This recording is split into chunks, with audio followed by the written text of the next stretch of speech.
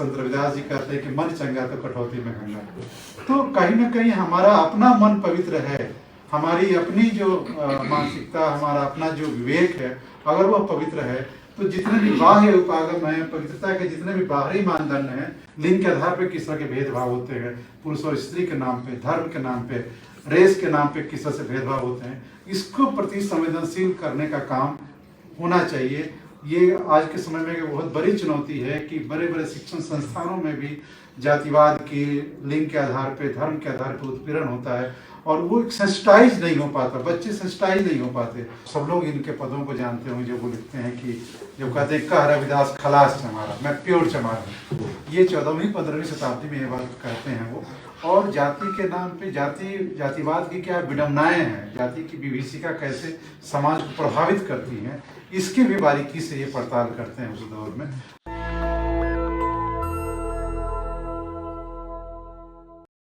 खास करके विद्यार्थियों को संबोधित करते हुए मुझे वो चीज़ें बेहतर लगती हैं अकादमिक संस्थानों में। 3-4 चीज़ें मुझे बहुत अच्छी लगती हैं संत रविदास जी की। मुझे लगता है कि ये सबसे पहले हिंदी साहित्य में देखा जाए तो सबसे पहले जाति की बात करने वाले, जातिगत श्रेष्ठता की बात करने वाले और जाति के प्रति अगर विभिन्न किस्म के जो पूर्वाग्रह रहे हैं उनके खिलाफ बात करने वाले ये कवि रहे हैं।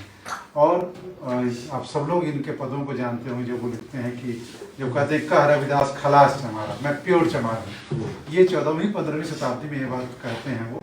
और जाति के नाम पे जातिवाद की क्या विडंबनाएं हैं, जाति की विभीषिका कैसे समाज को प्रभावित करती हैं, इसकी भी बारीकी से ये पड़ताल करते हैं उस दौर में। आप सब लोगों को पंक्ति वो याद होगी जिसमें वो लिखते हैं कि जिसमें जातिवाद को, जातीयता को मानुषता का रोग कहते हैं। वो कहते हैं कि मानुषता का रोग है, ये पूरी मनुष्यता इससे प्रभावित हो रही है। तो कहीं ना कहीं ये मतलब ये कहते हैं कि ये रोग जो मनुष्यता को खा रहा है। तो कहीं ना कहीं ये जो जाति और जातिजन्य जो विडंबनाएं हैं, जो विषमताएं हैं, उन पे बात करने वाले मुझे पहले कवि संत रविदास लगते हैं। और ये एक मुझे ये चीज़ें जरूरी भी लगती है क्योंकि कई बार ऐसी बहुत सारी चीज़ें होती हैं कि जिनके बारे में हम पूर्वाग्रह मान लेते हैं कि हाँ, हम जैसे हमारे समाज में धारणा है कि फलाना जाति के हैं तो ऐसे होंगे, फलाना होंगे तो ऐसे होंगे। जाति को लेके, धर्म को लेकर के, लिंग को लेकर के और विभिन्न किस्म की जो एक पूर्वाग्रह हम जो मान लेते हैं, वो पूर्वाग्रह कहीं ना कहीं किसी व्यक्ति के लिए नुकसानदायक भी हो सकता है। हो सकता है कि हम जो इजी वे में कोई चीज़ कह रहे हों वो किसी और के लिए नुकसानदायक साबित हो सकती है। जैसे कई बार मैं अक्सर एमए के क्लास में भी, बहुत इस समय लड़कियों की संख्या अधिक है एमए के क्लासेस में, तो कई बार वो जब टर्म पेपर सेमिनार पे प्रेजेंट करती है तो वो अपने अनुभव बताती हैं कि कोई अगर उन्हें कोई कमेंट करता है उनको देख करके तो कैसा खराब लगता है उनको। तो ये चीज़ें कोई किसी के बारे में कोई अगर कमेंट किया जाता है किसी जाति, धर्म, संप्रदाय के बारे में, तो कहने वाले को तो आनंद ले सकता है, लेकिन जो सुन रहा है वो किस तरह से उसको फेस कर रहा है। और जब उसको वो चीज़ें खराब लगती हैं तो वो मनुष्यता के लिए कहीं ना कहीं नुकसानदायक भी है। तो इन सब चीज़ों के लिए बेहतर तरीका ये है कि दोनों पक्ष, जो एक दूसरे के ऊपर कमेंट करने वाले, जिनके ऊपर कमेंट किया जाता है, ये चीज़ें विमर्श का हिस्सा बने, ये देखी जाए कि कोई किसी बात से कैसे अच्छी लगती है, कैसे खराब लगती है। और जब आपस में विमर्श करके चीज़ें निकलती हैं तो उसके समाधान की कोशिश भी होती है। तो मुझे लगता है कि जातिजन्य विषमता जो है, जातिवाद की जो स्थितियाँ हैं, जाति के जो अपने दुष्परिणाम हैं, ये हम जैसे हमारे विमर्श का जब हिस्सा बनती है तो इससे इसकी विडंबनाओं से कमी आती है, उससे मुक्ति मिलती है, हमारे एक दूसरे को देखने का नज़रिया बदलता है, हम एक दूसरे की क्षमताओं से वाकिफ होते हैं। अगर कई बार हम एक के साथ हम एक उसके बारे में पूर्वाग्रह मान लेते हैं, और खास करके एक दलित स्कॉलर होने के नाते हम लोग अक्सर महसूस करते हैं कि जहाँ पे लगता है कि ये आरक्षण की बात आती है तो लोगों को लगता है कि तो आरक्षण मतलब कि अयोग्यता का पर्याय है। और ऐसी कई जगहों पे मतलब इस तरह की चीज़ें होती हैं। लेकिन कई बार मैं अक्सर मजाक में कहता हूँ कि योग्यता, मेरिट और ईश्वर दो ऐसी चीज़ हैं जिसकी निश्चित परिभाषा नहीं दी जा सकती।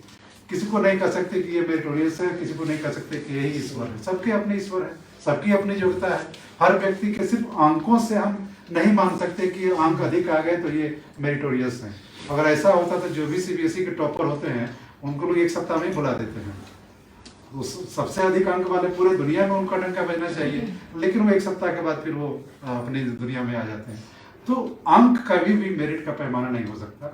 पैमाना यह हो सकता है कि किसी व्यक्ति को कोई अगर काम दिया जाए और कैसा डिलीवर कर रहा है, उसकी क्या उपदेयता है, समाज में उसकी क्या उपदेयता है। अगर वो बेहतर नहीं है तो फिर वो सारे जो मानक हम उन्हें तय कर रखे कि अच्छा ग्रेड होना चाहिए और अच्छी पदवी होनी चाहिए, अच्छा पोस्ट होना चाहिए, अच्छे प्रोटोकॉल होने चाहिए, वही महान है, ऐसा एकदम फिजूल की चीजें हैं। कोई व्यक्ति किस तरह से डिलीवर कर रहा है, उसके विश्व दृष्टि कितनी व्यापक है, वही उसके सर्वश्रेष्ठ होने का पैमाना हो सकती है। तो ये इसके लिए जाति, धर्म, संप्रदाय और रेस और मतलब मनी पावर, मसल पावर, ये सारी चीजें बेनामी हो जाती हैं। और जितने आप देखिएगा कि जितने मध्यकालीन संत हैं, संत रैदास, संत कबीर, गोस्वामी तुलसीदास, सूरदास, जितने भी महान संत रहे हैं, सबके पास कोई मसल पावर नहीं थी, कोई मनी पावर नहीं था, कोई बहुत बड़ा जनादेश नहीं था, कोई बहुत बड़ी लोकप्रियता नहीं थी, लेकिन आज भी वो हमारे सामने एक बहुत ही दीप्यमान नक्षत्र की तरह हमारे सामने ज्वलंत बने हुए हैं। इसलिए क्योंकि उनकी विश्व दृष्टि व्यापक थी, उनका विजन बड़ा था, और उनके विजन में कहीं न कहीं ये कामना थी कि हमारा आने वाला समाज बेहतर हो। संत रैदास भी एक यूटोपिया की कल्पना करते हैं, बेगमपुरा की, और गोस्वामी तुलसीदास विराम राज की कल्पना करते हैं, जायसी कविलास की कल्पना करते हैं, सूरदास वृंदावन की कल्पना करते हैं। तो सभी का अपना अपना एक विजन है। गोस्वामी तुलसीदास जी का समय जो था वो राम राज्य वाला समय नहीं था, लेकिन फिर भी उन्होंने अपने विजन से देखा कि एक शासन व्यवस्था को ऐसा होना चाहिए, एक व्यवस्था ऐसी होनी चाहिए जिसका राम राज्य के रूप में नाम दिया उन्होंने। बेगमपुरा की जो कंसेप्ट दिया संत रैदास ने, जब वो कहते थे उनके समय का भी समाज बहुत बेहतर नहीं था, लेकिन उन्होंने सोचा कि एक ऐसी राज्य व्यवस्था होनी चाहिए। बेगमपुरा शब्द में है वो, बेगमपुरा तो गम से परे, कोई गम नहीं हो, एक ऐसा शहर जहाँ पे कोई गम नहीं हो, कोई तकलीफ नहीं हो, कोई दुख नहीं हो। और ये बात वही कह सकता है जिसका जीवन गम और दुख में मतलब उससे संचालित हो रहा है। तो हम उसकी कामना करते हैं, हम उसका स्वप्न देखते हैं, हम उसकी आकांक्षा करते हैं, जिससे हम अधिक परेशान रहते हैं, हम ऐसा चाहते हैं कि ऐसा हो। तो वो संत रैदास ये कल्पना करते हैं कि ऐसा शहर हो जिसमें कोई गम नहीं हो, एक ऐसा शहर हो जहाँ की आबो हवा मशहूर हो। वो दिल्ली जैसा नहीं हो कि 400 API पहुँच जाए, IQ पहुँच जाए, कि आबो हवा मशहूर हो, वहाँ का पानी मशहूर हो, हवा मशहूर हो, और जहाँ पे रोक टोक पे पाबंदी नहीं है, वहाँ आने जाने पे कोई पाबंदी नहीं हो। तो इस तरह की कल्पना करते हैं जहाँ पे कोई अलग किस्म का टैक्स नहीं लगता हो, विभिन्न किस्म के वो नहीं लगते हो, बंदिशें नहीं हो किसी के ऊपर। तो आप देखिए, हम लोगों के लिए बहुत आसान सा लगता है कि एक ऐसे शहर की कल्पना करना जहाँ पे आवागमन में कोई दिक्कत नहीं हो, लेकिन हम ऐसी व्यवस्था की भी कल्पना कर सकते हैं जहाँ पे लोगों के प्रॉपर घूमने फिरने में भी बंदिशें हों।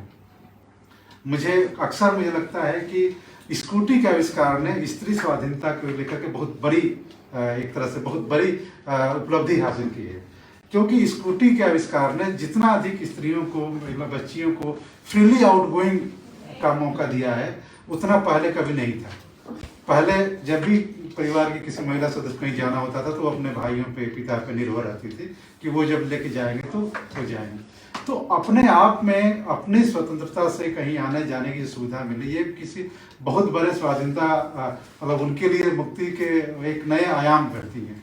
उसी तरह से बिहार में जब नीतीश कुमार जी ने लड़कियों को साइकिल दिया, स्कूलों में पढ़ने वाली लड़कियों को, तो उससे बड़े पैमाने पे लड़कियों की शिक्षा में बढ़ोतरी हुई, क्योंकि वो फ्रीली आउटगोइंग वाला उनके माहौल मिला, वो स्वेच्छा से जा सकती है। तो एक ऐसे समाज में जहाँ पे सबको एक साथ एक जगह, शहरों में जगहों पे जाने की बंदिशें हों, उसमें वो कल्पना करते हैं जहाँ पे कि फ्रीली आउटगोइंग स्थितियाँ हों, और टैक्स को लेकर के और कई सारी चीज़ों पे वो ऐसे कल्पना करते हैं।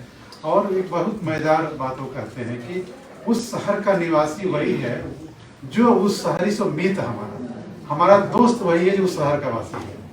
तो दोस्ती वाली बात, मित्रता वाली बात, जब समाज में विभिन्न किस्म के भेदभाव चल रहे हों, शासन को लेकर, सत्ता को लेकर के, जाति, धर्म, समुदाय को लेकर के, उसमें सच्चे दोस्त की पहचान करना, सच्चे मित्र की पहचान करना, और ये मानना कि वही वही उसी शहर में ही वो हमारा अच्छा मित्र हो सकता है। तो मुझे लगता है कि यह एक विजन उन कवियों ने दिया, साहित्यकारों ने दिया। मुझे लगता है कि संत रविदास की वो पंक्ति जो कहते हैं श्रम को पूजा जान के करना, यह आपने कई विदेशी विश्वविद्यालयों में विदेशी महापुरुषों को आपने उनके व्यक्तियों को देखा होगा, श्रम के प्रति एक पूजा भाव है।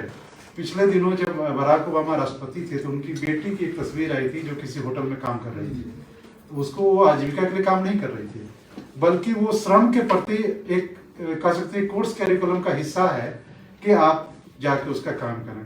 और जब आदमी कोई भी काम करता है तो सिर्फ काम ही नहीं करता, बल्कि उस काम करने वाले के प्रति आपका सम्मान भी बढ़ता है।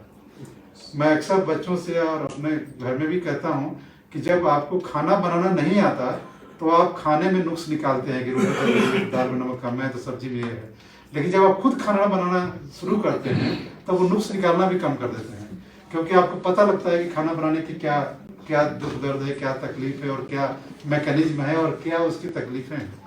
तो जब खुद से रोटी बनाना शुरू करता है आदमी तो फिर वो रोटी जली है कि कच्ची है कि क्या वो कहना भूल जाता है अपना चीजों में। तो जब हम कोई काम करते हैं तो उस काम के प्रति, काम करने वाले के प्रति आपकी सिंपैथी भी होती है, और जब सिंपैथी होती है तो उसके प्रति आपके व्यवहार में भी कमी आती है। व्यवहार में भी उस तरह का पूर्वाग्रही व्यवहार नहीं रहता जो पहले रहता है। तो इसी वजह से किसी भी किस्म के प्रति, काम करने के प्रति हमारे जो एजुकेटेड बिरादरी है, विद्यार्थियों की जो सीखने वालों की बिरादरी है, उनमें बहुत चीज़ें कम हो गई है, बहुत आसान से चीज़ों को एडॉप्ट कर रहे हैं चीज़ों को। इसलिए एक बहुत बड़ी चुनौती के रूप में है कि अपने पास लिटरेट बेरोजगारों की संख्या बहुत तेज़ी से बढ़ रही है और उसके लिए आसान साधन भी उपलब्ध हो रहे हैं। कल ही माननीय प्रधानमंत्री मोदी जी ने चिंता व्यक्त की है कि कैसे एआई जो है वो हमारे सारे उन चीज़ों को डिस्टर्ब करने वाला है, और सब में होड़ लगी हुई है कि चैट जीपीटी आगे है या डीप फेक आगे है या क्या चीज़ें हैं चीज़ों में। तो वो सारी चीज़ों को कैसे हमारे लिए चुनौती बनेगी, और वो चीज़ जो निष्कर्ष निकल के आएगी चीज़ें, और जो मेहनत से, श्रम से जो चीज़ें पैदा होंगी वो चीज़ नहीं बन पाएगी। और इसलिए हमें लगता है कि संत रविदास की ये जो पंक्ति है वो बहुत महत्वपूर्ण है। हम जब उनको याद करते हैं, किसी भी महापुरुष को याद करते हैं, तो हम उनका कुछ भला नहीं कर पाते हैं, लेकिन उनकी वाणियों के माध्यम से अगर हमें लगता है कि हाँ उनकी वाणियाँ महत्वपूर्ण हैं और उससे हम अगर कुछ बेहतर कर सकते हैं तो वो हमारे लिए अधिक यूजफुल हो सकते हैं, अधिक हमारे लिए फ्रूटफुल हो सकते हैं। और मुझे लगता है कि ये देश का विश्व का सबसे बड़ा ओपन यूनिवर्सिटी है।